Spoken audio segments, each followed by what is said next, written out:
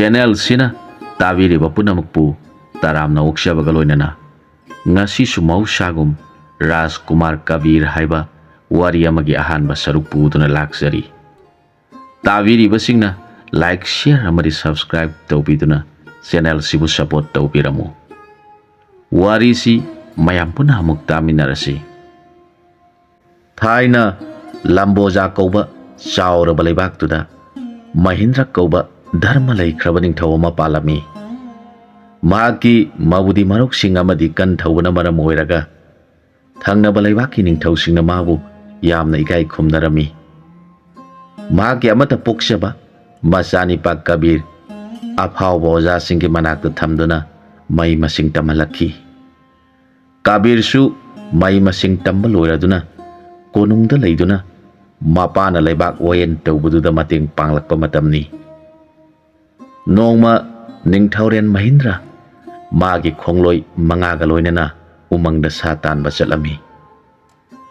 ꯑꯁꯣꯡꯕ ꯎꯔꯛ work ꯀꯌꯥ ꯐꯥꯎꯗꯨꯅ ꯐꯅ ꯁꯥꯡꯅ ꯆꯠꯂꯕ ꯐꯥꯎꯕ ꯁꯥꯗꯥꯟꯕ ꯌꯥꯕ ꯁꯥ ꯑꯃꯠꯇ ꯊꯦꯡꯅꯈꯤꯗꯦ꯫ ꯑꯌꯨꯛ ꯑꯉꯟꯕꯗꯒꯤ ꯀꯣꯅꯨꯡꯗꯒꯤ ꯂꯥꯛꯈꯤꯕꯅꯤ꯫ ꯍꯧꯖꯤꯛꯇꯤ ꯅꯨꯡꯊꯤꯟꯒꯤ ꯃꯇꯝ ꯑꯣꯏꯁꯤꯜꯂꯛꯂꯦ꯫ ꯅꯤꯡꯊꯧꯔꯦꯜ ꯃꯍꯤꯟꯗ꯭ꯔ ꯃꯥꯒꯤ ꯈꯣꯡꯂꯣꯏ 5ꯗꯨꯗ ꯍꯥꯏꯔꯛꯈꯤ, ꯑꯩꯒꯤ ꯑꯊꯣꯏꯕ ꯂꯥꯟꯃꯤ ꯁꯥ, ꯁꯒꯣꯜꯁꯤꯡꯁꯤ ꯃꯐꯝꯁꯤꯗ ꯃꯆꯤꯟꯖꯥꯛ ꯄꯤꯖꯕꯤꯈꯤꯁꯤ꯫ ꯃꯈꯣꯏ ꯋꯥꯔꯝꯂꯒꯅꯤ꯫ ꯑꯩꯈꯣꯏꯁꯨ ꯃꯐꯝꯁꯤꯗ ꯉꯥꯏꯍꯥꯛ ꯄꯣꯊꯥꯈꯤꯁꯤ꯫ ꯐꯒꯅꯤ ꯃꯍꯥꯔꯥꯖ ꯍꯥꯏꯗꯨꯅ ꯂꯥꯟꯃꯤ 5ꯗꯨ ꯁꯒꯣꯜ ꯈꯥꯝꯈ꯭ꯔꯦ꯫ ꯅꯤꯡꯊꯧ ꯃꯍꯤꯟꯗ꯭ꯔꯁꯨ ꯃꯥꯒꯤ ꯁꯒꯣꯜꯗꯒꯤ ꯀꯨꯝꯊꯈ꯭ꯔꯦ꯫ ꯂꯥꯟꯃꯤ 5ꯗꯨꯅ ꯍꯥꯏꯔꯛꯈꯤ, ꯃꯍꯥꯔꯥꯖ, ꯃꯐꯝꯁꯤꯗ ꯉꯥꯏꯍꯥꯛꯇ ꯄꯣꯊꯥꯕꯤꯔꯣ꯫ ꯑꯩꯈꯣꯏ ꯁꯒꯣꯜꯁꯤꯡꯁꯤ ꯁꯦꯟꯅꯗꯨꯅ ꯃꯆꯤꯟꯖꯥꯛ ꯄꯤꯖꯖꯔꯨꯈꯤꯒꯦ ꯍꯥꯏꯔꯝꯂꯒ ꯂꯥꯟꯃꯤ 5ꯗꯨ ꯁꯒꯣꯜꯁꯤꯡꯗꯨ ꯄꯨꯗꯨꯅ ꯃꯐꯝꯗꯨꯗꯒꯤ ꯈꯔ ꯈꯖꯤꯛ ꯄꯨꯊꯣꯛꯈꯤꯔꯝꯃꯤ꯫ ꯅꯤꯡꯊꯧꯔꯦꯜ ꯃꯍꯤꯟꯗ꯭ꯔ ꯅꯨꯡꯉꯥꯏꯅ ꯉꯥꯏꯍꯥꯛ ꯎꯖꯥꯎ ꯑꯃꯗ ꯉꯥꯔꯗꯨꯅ ꯄꯣꯊꯥꯖꯔꯝꯃꯤ꯫ ꯇꯥꯟꯖꯥꯗꯨꯗ ꯈꯪꯍꯧꯗꯅ ꯆꯥꯎꯔꯕ ꯀꯩ ꯑꯃ ꯅꯤꯡꯊꯧꯅ ꯂꯩꯔꯤꯕ ꯃꯐꯝꯗꯨ ꯇꯝꯅ ꯆꯪꯁꯤꯜꯂꯛꯈꯤ꯫ ꯀꯩꯗꯨ ꯍꯦꯛ ꯎꯕꯃꯛꯇꯗ ꯅꯤꯡꯊꯧꯔꯦꯜ ꯃꯍꯤꯟꯗ꯭ꯔꯅ, ꯏꯌꯥ, ꯉꯁꯥꯏꯗꯒꯤ ꯅꯈꯣꯏꯒꯨꯝꯕ ꯑꯃꯠꯇ ꯊꯦꯡꯅꯗꯦ ꯈꯟꯗꯨꯅ ꯊꯋꯥꯏꯁꯤ ꯅꯨꯡꯉꯥꯏꯔꯝꯗ꯭ꯔꯤꯕꯅꯤ꯫ ꯐꯅꯗꯨꯝ ꯐꯔꯦ, ꯑꯩꯅ ꯊꯤꯔꯨꯗ꯭ꯔꯕꯁꯨ ꯅꯥꯈꯣꯡꯅ ꯊꯣꯡꯅ ꯑꯩꯒꯤ ꯃꯥꯏꯀꯩ ꯇꯝꯅ ꯅꯪꯗꯤ ꯆꯪꯁꯤꯜꯂꯛꯂꯦ꯫ ꯑꯁꯨꯝꯅ ꯍꯥꯏꯔꯝꯂꯒ ꯃꯥꯒꯤ ꯂꯤꯔꯨꯡ ꯇꯦꯟꯇꯥ ꯄꯥꯏꯈꯤꯗꯨꯅ ꯀꯩꯖꯥꯎꯗꯨ ꯇꯝꯅ ꯑꯀꯟꯕ ꯁꯥꯐꯨꯒ ꯂꯣꯏꯅꯅ ꯇꯦꯟꯖꯩ ꯑꯃ ꯀꯥꯞꯂꯛꯂꯦ꯫ ꯀꯟꯅ ꯀꯥꯞꯂꯛꯂꯤꯕ ꯇꯦꯟꯗꯨꯅ ꯀꯩꯖꯥꯎꯗꯨꯒꯤ ꯃꯔꯥꯏꯕꯛꯇ ꯄꯥꯜꯂꯦ꯫ ꯑꯗꯨꯕꯨ ꯀꯩꯖꯥꯎꯗꯨ ꯌꯥꯝꯅ ꯁꯥꯎꯈꯤꯗꯨꯅ ꯅꯤꯡꯊꯧꯔꯦꯜ ꯃꯍꯤꯟꯗ꯭ꯔ ꯇꯝꯅ ꯆꯣꯡꯁꯤꯜꯂꯛꯇꯨꯅ ꯃꯥꯒꯤ ꯀꯜꯂꯕ ꯈꯣꯡꯁꯥꯅ ꯍꯥꯏꯔꯛꯄꯗ ꯅꯤꯡꯊꯧꯗꯨ ꯂꯩꯃꯥꯏꯗ ꯇꯨꯗꯨꯅ ꯇꯥꯔꯦ꯫ ꯅꯤꯡꯊꯧꯗꯨ ꯊꯨꯅꯃꯛ ꯃꯥꯒꯤ ꯊꯥꯡꯁꯥꯡꯗꯨ ꯁꯠꯇꯨꯅ ꯀꯩꯕꯨ ꯍꯥꯠꯅꯕ ꯍꯣꯠꯅꯩ꯫ ꯑꯗꯨꯕꯨ ꯁꯥꯎꯔꯕ ꯀꯩꯗꯨꯅ ꯃꯥꯒꯤ ꯊꯥꯡꯗꯨ ꯀꯟꯊꯔꯒ ꯊꯧꯔꯕ ꯀꯩꯒꯤ ꯈꯨꯖꯤꯟꯁꯤꯡꯗꯨꯅ ꯈꯣꯠꯄꯗ ꯅꯤꯡꯊꯧꯗꯨ ꯒ꯭ꯌꯥꯟ ꯃꯥꯡꯈ꯭ꯔꯦ꯫ ꯌꯥꯝꯅ ꯊꯤꯅ ꯁꯣꯛꯂꯗꯨꯅ ꯂꯩꯃꯥꯏꯗ ꯇꯨꯊꯔꯛꯈꯤ꯫ ꯀꯩꯗꯨꯅ ꯉꯪꯂꯗꯨꯅ ꯍꯥꯏꯔꯛꯈꯤ, ꯍꯦ ꯅꯥꯄꯜ ꯀꯥꯔꯕ ꯅꯤꯡꯊꯧ, ꯅꯪꯅ ꯑꯩꯒꯤ ꯎꯃꯪꯁꯤꯗ ꯎꯁꯤꯠ ꯊꯑꯣꯏꯗꯅ ꯁꯥꯗꯥꯟꯕ ꯆꯪꯂꯛꯄꯗꯤ ꯅꯪꯒꯤ ꯊꯋꯥꯏ ꯉꯁꯤꯗꯤ ꯑꯩꯒꯤ ꯈꯨꯠꯇ ꯃꯥꯡꯕ ꯇꯥꯔꯦꯗꯣ ꯍꯥꯏꯔꯝꯂꯒ ꯀꯩꯖꯥꯎꯗꯨꯅ ꯋꯥꯟꯊꯗꯨꯅ ꯂꯩꯔꯤꯕ ꯅꯤꯡꯊꯧꯔꯦꯜ ꯃꯍꯤꯟꯗ꯭ꯔꯒꯤ ꯃꯊꯕꯥꯛꯇ ꯃꯈꯣꯡ ꯑꯅꯤꯗꯨꯅ ꯀꯥꯈꯠꯂꯒ ꯅꯤꯡꯊꯧꯒꯤ ꯍꯛꯆꯥꯡꯗꯨ ꯃꯌꯥꯅ ꯆꯤꯛꯂꯒꯦ ꯍꯦꯛ ꯇꯧꯕꯒ ꯈꯪꯍꯧꯗꯅ ꯊꯧꯔꯕ ꯇꯦꯟꯖꯩ 5 ꯄꯥꯏꯔꯛꯇꯨꯅ ꯀꯩꯒꯤ ꯃꯕꯨꯛꯇ ꯌꯨꯡꯈ꯭ꯔꯦ꯫ ꯅꯤꯡꯊꯧꯕꯨ ꯍꯥꯠꯂꯒꯦ ꯇꯧꯔꯝꯕ ꯀꯩꯗꯨ ꯇꯦꯟꯖꯩꯒꯤ ꯆꯩꯅꯥꯗ ꯈꯥꯡꯕ ꯌꯥꯝꯅ ꯋꯥꯔꯦ꯫ ꯁꯥꯎꯁꯨ ꯁꯥꯎꯈꯤꯗꯨꯅ ꯇꯦꯟꯅ ꯀꯥꯞꯂꯛꯂꯤꯕ ꯃꯥꯏꯀꯩ ꯇꯝꯅ ꯌꯦꯡꯂꯛꯄꯗ ꯅꯤꯡꯊꯧꯒꯤ ꯈꯣꯡꯂꯣꯏ ꯂꯥꯟꯃꯤ 5ꯗꯨ ꯑꯣꯏꯔꯝꯈꯤ꯫ ꯁꯥꯎꯔꯕ ꯀꯩꯗꯨ ꯅꯤꯡꯊꯧꯕꯨ ꯊꯅꯝꯂꯒ ꯃꯈꯣꯏ ꯇꯝꯅ ꯑꯃꯨꯛ ꯀꯟꯅ ꯆꯦꯟꯁꯤꯜꯂꯛꯂꯦ꯫ ꯂꯥꯟꯃꯤ 5ꯗꯨꯁꯨ ꯀꯩꯗꯨ ꯇꯝꯅ ꯊꯧꯔꯕ ꯇꯦꯟꯖꯩꯁꯤꯡ ꯁꯠꯇꯨꯅ ꯃꯊꯪ ꯃꯊꯪ ꯀꯥꯞꯁꯤꯜꯂꯛꯂꯦ꯫ ꯀꯩꯗꯨ ꯇꯦꯟꯌꯥꯝꯗꯨꯅ ꯄꯥꯟꯕꯗ ꯃꯈꯣꯏ ꯇꯝꯅ ꯆꯦꯟꯁꯤꯜꯂꯛꯄ ꯉꯝꯗ꯭ꯔꯦ꯫ ꯂꯩꯃꯥꯏꯗ ꯇꯨꯊꯔꯛꯇꯨꯅ ꯃꯊ꯭ꯋꯥꯏ ꯊꯥꯔꯦ꯫ ꯀꯩꯅ ꯁꯤꯔꯕꯗ ꯂꯥꯟꯃꯤꯁꯤꯡꯗꯨ ꯆꯦꯟꯁꯤꯜꯂꯛꯇꯨꯅ ꯃꯍꯥꯔꯥꯖꯕꯨ ꯄꯥꯈꯠꯅ ꯀꯧꯖꯔꯛꯈꯤ꯫ ꯑꯗꯨꯕꯨ ꯅꯤꯡꯊꯧꯗꯨ ꯌꯥꯝꯅ ꯊꯤꯅ ꯁꯣꯛꯃꯟꯈꯤꯕꯅ ꯒ꯭ꯌꯥꯟ ꯃꯥꯡꯈ꯭ꯔꯦ꯫ ꯁꯣꯔꯈꯛ ꯍꯣꯜꯂꯤ ꯍꯥꯏꯕꯗꯨ ꯃꯉꯥꯏꯔꯦ꯫ ꯂꯥꯟꯃꯤ 5ꯗꯨꯅ ꯃꯊ꯭ꯋꯥꯏ ꯌꯥꯝꯅ ꯋꯥꯖꯅ ꯅꯤꯡꯊꯧꯕꯨ ꯀꯣꯟꯈꯠꯆꯔꯗꯨꯅ ꯁꯒꯣꯜ ꯃꯊꯛꯇ ꯍꯥꯞꯂꯒ ꯀꯣꯅꯨꯡ ꯇꯝꯅ ꯄꯨꯔꯛꯈꯤ꯫ ꯀꯣꯅꯨꯡ ꯌꯧꯔꯕꯗ ꯅꯤꯡꯊꯧꯅ ꯁꯣꯛꯇꯨꯅ ꯄꯨꯔꯛꯄ ꯎꯔꯒ ꯔꯥꯅꯤꯁꯤꯡ ꯄꯥꯈꯠꯅ चेंथोक्चरखी राजकुमार कबीरसु मपाबुंगना सोक्तुना हलगले ताबदा कोनुंगदगी चेंथोरक्तुना मपाबु थांजिंदुना मागी फमुंगदा हिपल्ले हुदक्ता राजकुमार कबीरना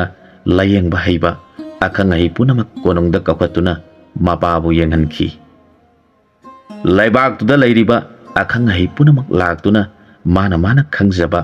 हिदाक लांथक्सिंग सेमदुना निंगथौबु फनबा कन्ना होनजरमी अदुबु निंगथौदु फगलकपा ngamdre लेंगबा ओटपा तौदना नुंगसा सोरखक होंदुना लैरमी मापागी मतौ उबदा राजकुमार कबीर अवाबगी पाकता ताखरी करिकरम तौरगा मापाबु कनबा ngamगदगे खलिंगागी तंजादुदा यामना कनख्रबा नोंगलै नुंगसित अमा कोनुंग तमना सिसिलकले अंगकबा फंगना कन्ना सिलकलेबा नोंगलै नुंगसितु उबदा कोनुंगदु लैरिबा पुनमक पाखतपा फाउनकी खंगाउदना कल्लबा नुंगसितु उरु उरु लैदुना कोनुंगी ममांगददा ngahak लैरबगी तुंगदा नुपी अमगी सक्तम ओनखिदुना कोनुंगी ममांग थंगबा थोंगदुदा चपलेपख्रे यामना सावरबा सक्फम अमा ओइखिदुना कन्ना लाउरखी हाय हाय फत्रबा निंगथौ महेंद्र कदाइदा लोतुना लैरी थुनमक थोरउ नंगिना थवाई लौद्रबदी आइगी पुनिंगना पेनबा हाइबदु ओइरारोय नंगी लैबाक सिबुसु आइगी खुट्टा तुम्हलगनी राजकुमार कबीर नुपीदुना असाउबा सफमगा लोइनना कन्ना लाउरबिबदु तारगा नुपीदुगी मनाक्ता थोरक्तुना ममांगदा लेपलगा हाइरखी शक्तिगी हौरकफम ओइरबी हे मा नहाकपु कनानो करी मरमगिदमक आइगी मरा लैजद्रबा पाबुंग महाराजदा अदु कल्लबा वाफमबु थंबिरिबनो हाय राजकुमार नंगी नपाबुंगबु मरा लैतबा मिगुम ngangliba नहाकपुसु आइना लेपना थारोय हे इमा अदुमना ताकपिगनु आइगी पाबुंग महाराज दी आइना हेक ज्ञान तारकपा ताइबंगी चना लोनचत खंगजरकपदगी पाबुंगी मतंबागदा चाउजरक्तुना मागी धर्मगी लोनचत खुदिंगमक मसा ओइबा आइना तमजदुना लैजरकलिबनी आसुक सांगलबा मतमसी मागी प्रजागी याइफनबदा खंदुना लाक्लबनी धर्मगी मयोक्ता आइगी पाबुंगना थबक अमता पांगथोक्खिबा आइना उजरक्त्री अदुना इमागुमलबी नहाकी असाउबदु फाथबिदुना नहाक कनानो करी मरमगिदमक अदुक हंगना साउरिबनो हाइबा वाफम इफमदा ताकपियो राजकुमार नंगना फना हाइरबसु आइगी असाउबदी फाथबा ngamlaroy आइगी माथवाई मांगलबा इपुरोइबाबु नंगना हिंगलहनबा ngamgadra मधु ngamlabadi नंगी नपाबुंग महाराज अमदी मांग ताकलगदौबा नंगी लैबाकी प्रजासिंग पुनमक आइना करिसु तौबिरोय नत्रबदी मखोय पुनमकपु मांग ताकहलगनी इमागी इपुरोइबा आइना पाबुंगी खोंगलोय ओइखिबा लानमी सिंगदगी ताजबदी उमंगद कैजाव अमखक्ति हालमले हाइबा ताजखी कैदुना मरम ओइरगा आइगी नुंगसिजरबा पाबुंगसु ज्ञान तादना सोक्तुना लैरी मासिदा करमना इमागी इपुरोइबगी थवाई मांगदौरिबनो राजकुमार नंगना कई हाइरिबदु आइगी इपुरोइबनी आइखोय अनि उमंगदुबु कोलिबा लाइरेम्बा लाइरेम्बिनी आइना उमंगदुदा चेलिबा तुरेंदुदा इरुजबा सत्खरिङाइदा नंगी नापल चाउरबा नपाबुंग निंगथौना आइगी इपुरोइबबु हातपिरमले मासिदबु आइना करमना तपथन हिंबा ngamgani नंगी नपाबुंगबु हात्रिबा मखै आइगी पुनिंगदा अपेनबा ओइरारोय इमा लाइरेम्बी ताइबंगी मापोक्ता पोक्लुरबा आइखोइना खंगजाहौदबना मरम ओइरगा थोखिबा थौदो ओइबना ननायैना इपागी महूत सिंजदुना इमा नंगी नफमदा चंगजरी नाहाके असाउबा फाथबियु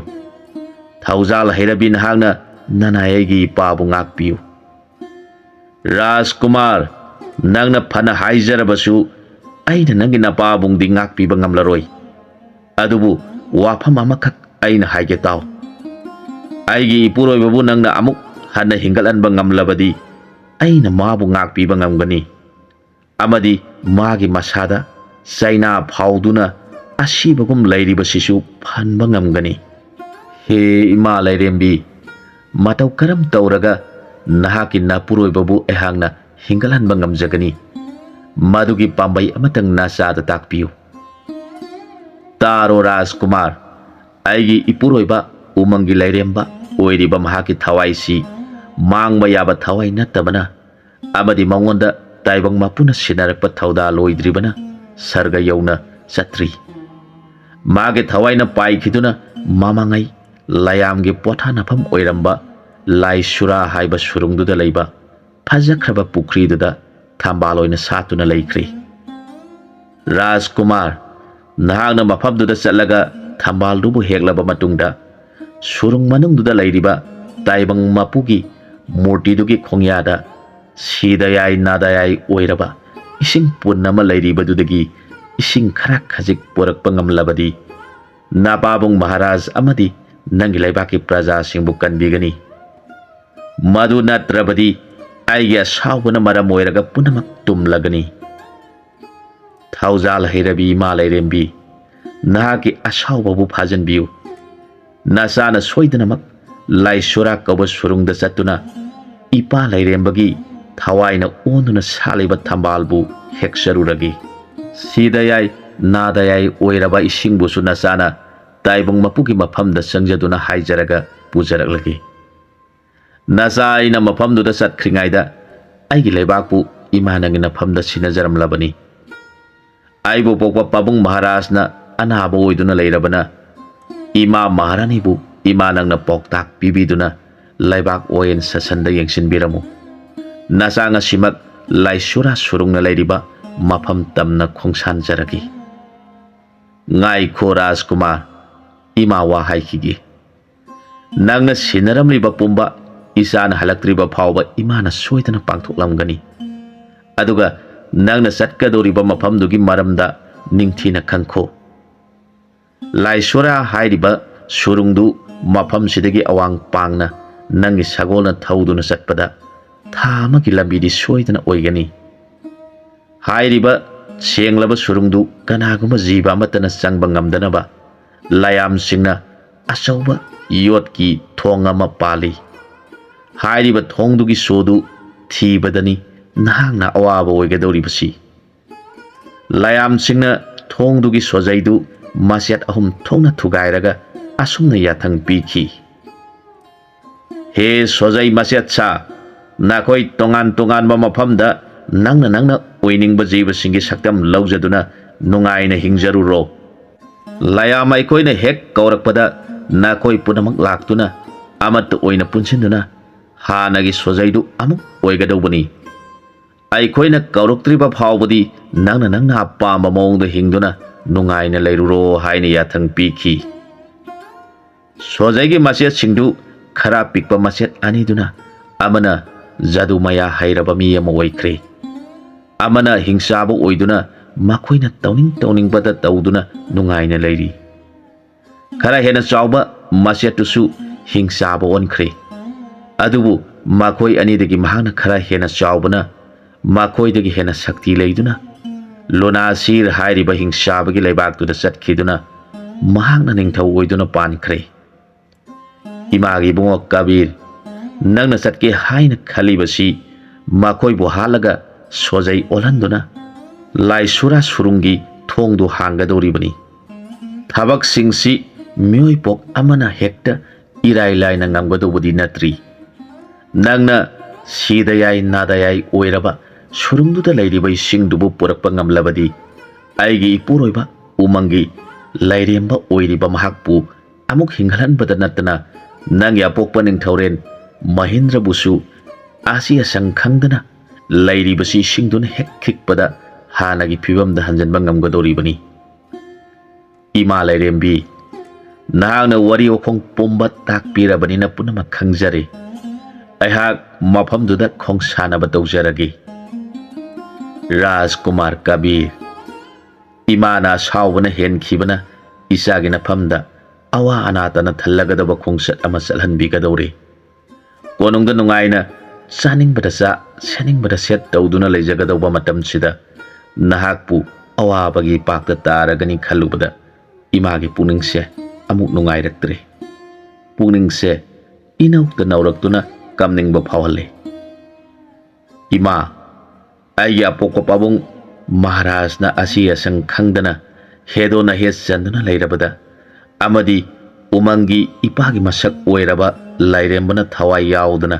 taduna lairabada ai hangna ningthau masani haiduna nungaina punsise lenthokpa tarabadi aigi mapokse khwaidagi tolaba mapok haibadu oiragani aigi ipana masa poksarubagi mahai khara khajik phawba phanglaroi ipagi damak amadi umang lairembagi damak aigi thawai se mangma tarabasu maduna hena aigi thawai na penjagani imagi bungo Kabir nangi nawa hai tabada umang lairembi ehaki thamoi se pele imana bor piri namai paksaduna nangi konungsida amuk halakduna malemda masak mangal nairaba ningthaurel oiduna panba ngamjaro lairembigi bor phanglaba matungda Kabir magi manai singda yathang pikhiduna mana satpada loina gadaba khusu khulai sing puhalagle manai kharana sagol sangda thakiduna magi laibakta lairiba sagol singi maraktagi khwaidagi hena singlaba kurwa kawa sagol lu puhalagle then thaba taudana Kabir mama maharani bu khurum jaraba matungda amuk hana lairembi bu makhu laibak ta na khurum jaraga magi laibakpu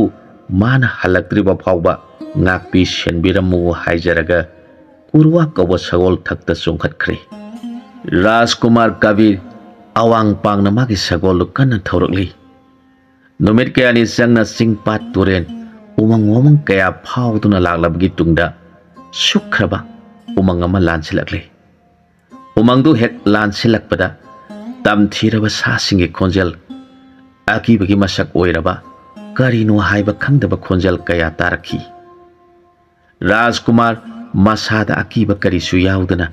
magi sagoldu tamna chalhanduna umangduda sangsilakli khara sangsilaklabagi tungda nungi morti amakhak lairibadu urakhi Kabir sagol lagi kumtharaktuna morti na lairiba maikai tamna sangsilakli khangaudana khunu amakhak paithoraktuna Rajkumar tamna siklaki matagum paisilakle Rajkumar na phat laithokpaduda khunudu Rajkumar lana paikhraga amuk hana mamai laisilaktuna paisilakle Rajkumar magi thang satkre khununa yangna paisilakli badu makutna amana tap pharaga halage khanduna thangdo haigalakpada khonjal amakhak tarakhi mabu hatpiganu Kabir yamna nakna kadomdagi lagleba khonjal no khanduna laiduni yenglakhi adubu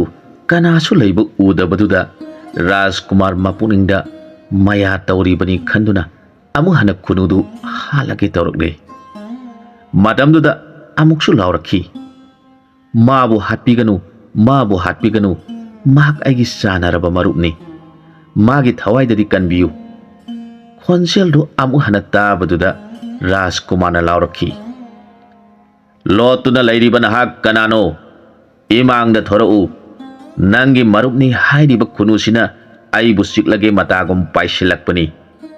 aina mabu singnaba natti mana aibu singnabani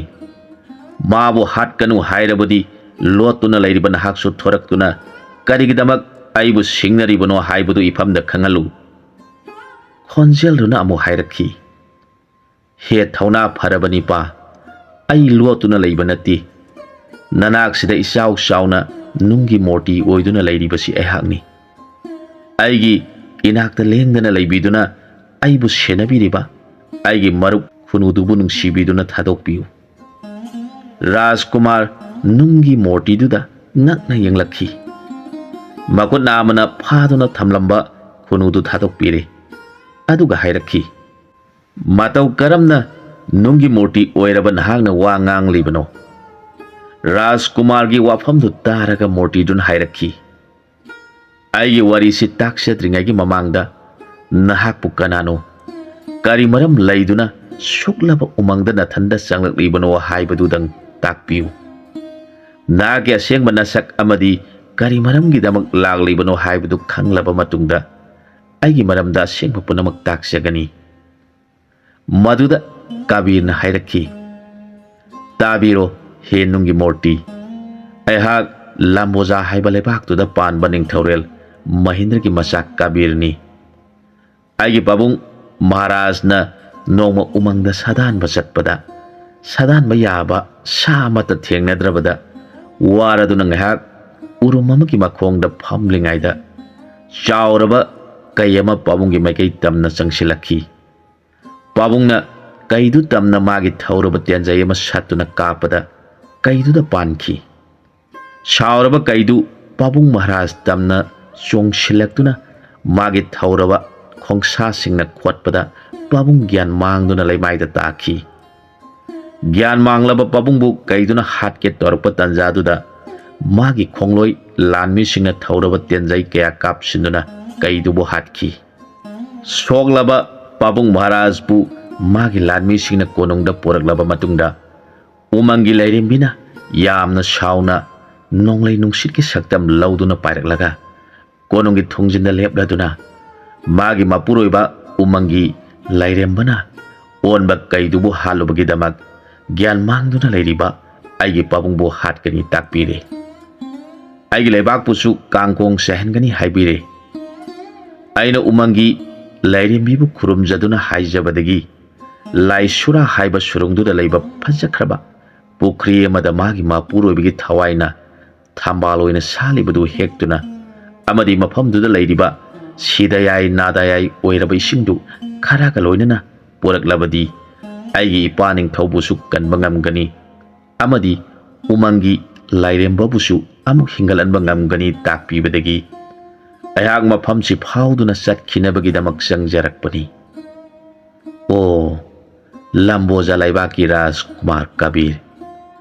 आइना अदोमबु खंगजहौदबना अदोमना मफमसिदा चंगलकपदा तारामना ओक्सहौद्रे मधुगिदमक आइबु ngakpiyu आइगे worry अमुक लीजरकलगे ताबीरो राजकुमार अहाक दारुक हाइबा लेबाक्तुगी मंत्रीगी मचानी आइगे इमिंगना मरुभा कवी आइगे इपा इबुंगो मंत्रीना मागी सानरबा मरुप सोमगी मचानुपी उर्बीबु आइगिदमक हाइनबीदुना उर्बीगा आइगे लोंगले आइखोय अनि लोंगलबा मतुंगदा आइगे गुरु औरंगागी मनाक्ता आइखोय अनि माबु खुरुमजबा lucky आइगे गुरु औरंगा मटिक मगुन लैरबा मोनिनी आइना ngang ओइरिंगाइदगी हौना इपा इबुंगो मंत्रीना आइबु मागी मनाक्ता थंबीदुना लौसिंग ज्ञान कया तानसिनजखी आइगे नाक्ता लैरिबा खुनुसी आइना लुना साना तौजदुना लोइजरखिबा खुनुनी उर्बी आइखोय अनिना आइगे गुरुबु खुरुमजबा लाकपदा महाक्सु आइखोयगा लोइनरखी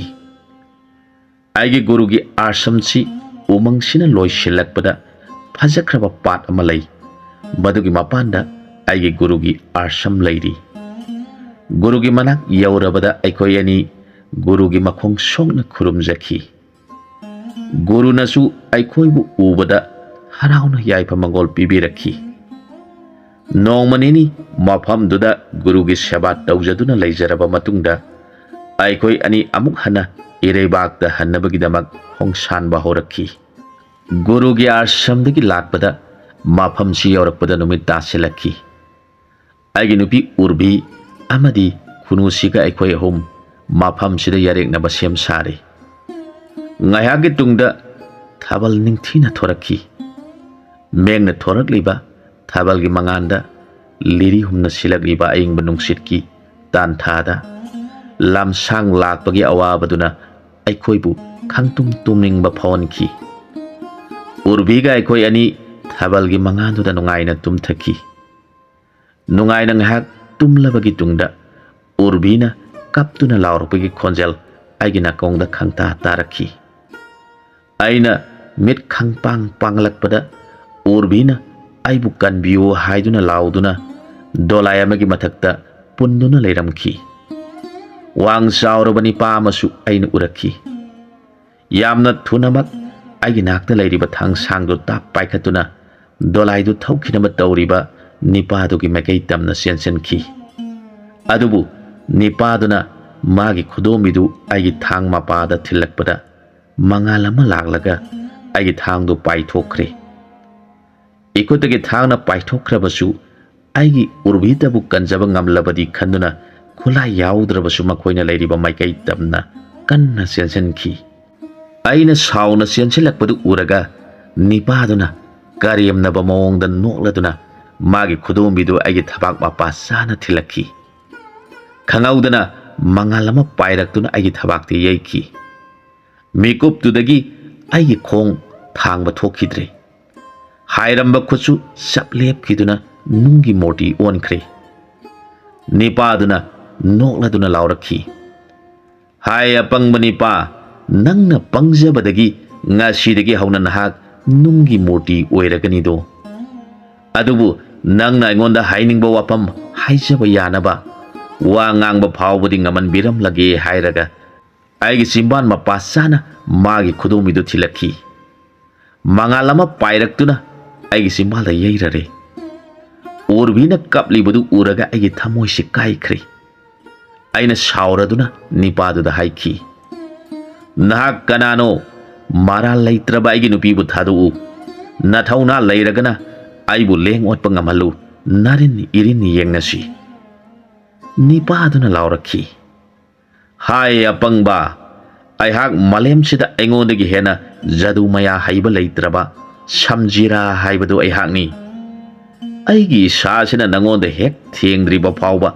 leng otpasu ngamlaroidaba nangna karigi naril leiba saribano aduga amuksu takho maral leitrabi nangi nupini hairibadu magi masak phajabasina magi maralni hai apangba leijahoro nungi morti oiduna hairamlaga phatraba maya hairabani padu urbibu magi dolaida punduna magi dolaidu ahangba atyada thauduna paikhre he Rajkumar numitudagi hauna ngasi phawba dolaiduna paikhiba maikai yengna kaungamdraba aigi urbigi saktambu ningsing lelakribani o jadu maya hairaba samjira ai bhap tare mantri ki masai bungo aina soidanamak nahaki urbibu mafam sida purakani aina thirakliba singi manungda mahaksu amani tapthabigo Rajkumar phatraba maya hairabani padu thengnabiduna aigi tieng pangbige khanbirabadi aigi guru aurangagi manakta hana chatpiduna nipadugi maya sangba ngamdanaba gurugi pauktak lawbikho phagani marupna hairibadumak soidana pangthoksage hairamlaga Rajkumar Kabir magi sagolda chongkhatkre matang aswaida wari sigi ahanba saruk loisinjare ani suba sarukta mayamga punha amuk thengnaminarasi